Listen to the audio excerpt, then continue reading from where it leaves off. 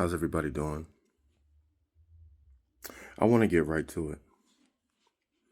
Jared, the 20-year recovering sex addict, 20-year recovering abusive sex addict. No filters, no edits, no redos. I never asked you to like, comment, subscribe. Never asked you to do anything. Maybe it's for you. Maybe it's not. I won't ask for donations. But I try to be as genuine as possible on this channel. And I felt like making this because I've said before, I don't even like talking about my sex addiction because it sounds like I'm glorifying it. But what I had to do was talk about what happened with the interaction with me and the woman at the store. And I really didn't want to make uploads about what's going on in the world because we're all facing tough times. So I'd rather make a funny story. But it's not a funny story. It's my life. And those things really did happen. The last few uploads have been about my sex addiction. And maybe they've rubbed people the wrong way. I know women get it. But maybe young men are having a hard time out here. And I don't want to glorify things that I'm not proud of. But I can't get on here and sit there and talk about semen retention and walking with God and not talking about active things that happened in my life and my missteps, my mistrials, my mistakes. I don't regret anything that's happened in my life, but I do regret not being there for all my daughters. That's one thing I wish I could always take back, but I can't.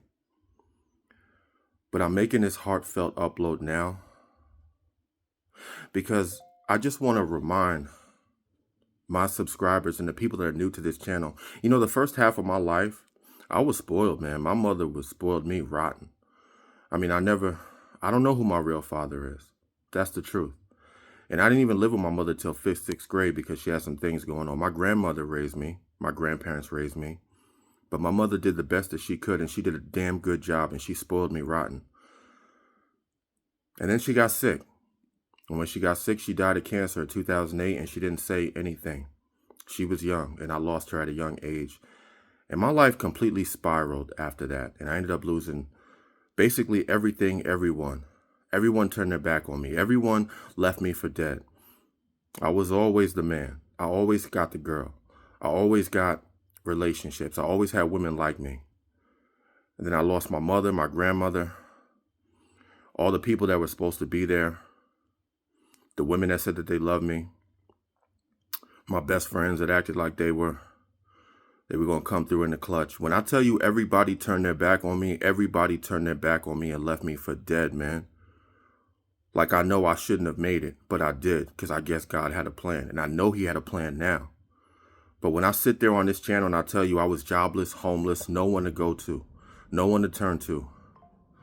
I slept at churches, train stations, outside, tents, my car. I've been through it, man.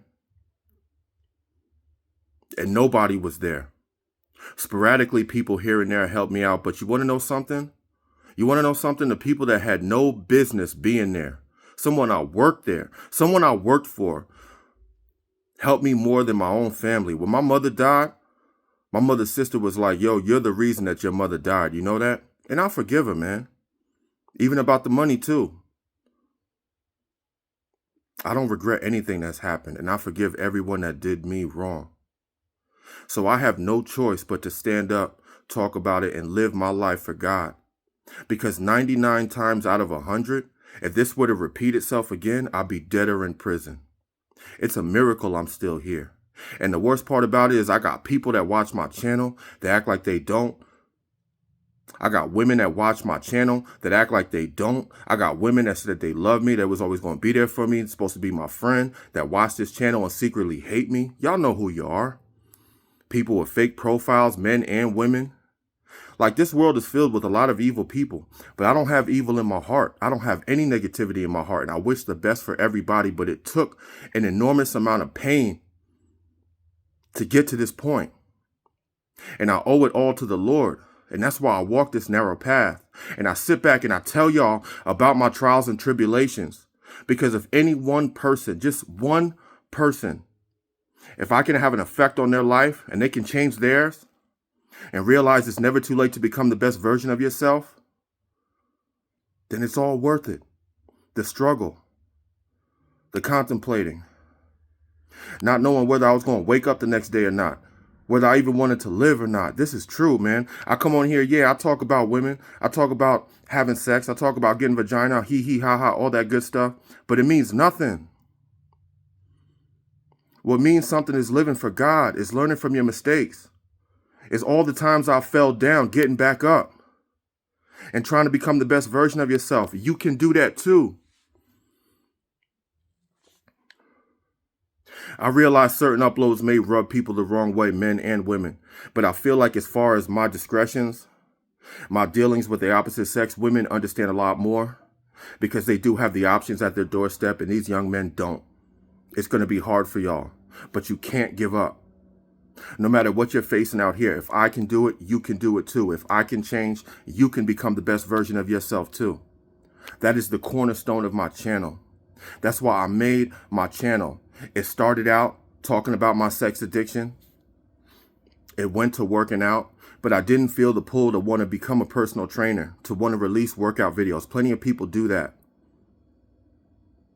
But I had to be genuine. I had to be honest. I had to be real with y'all. And the truth of the matter is, yeah, I was left for dead. Nobody helped me.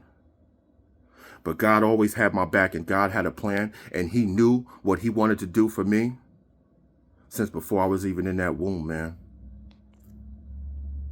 I may not know who my father is, but I follow God.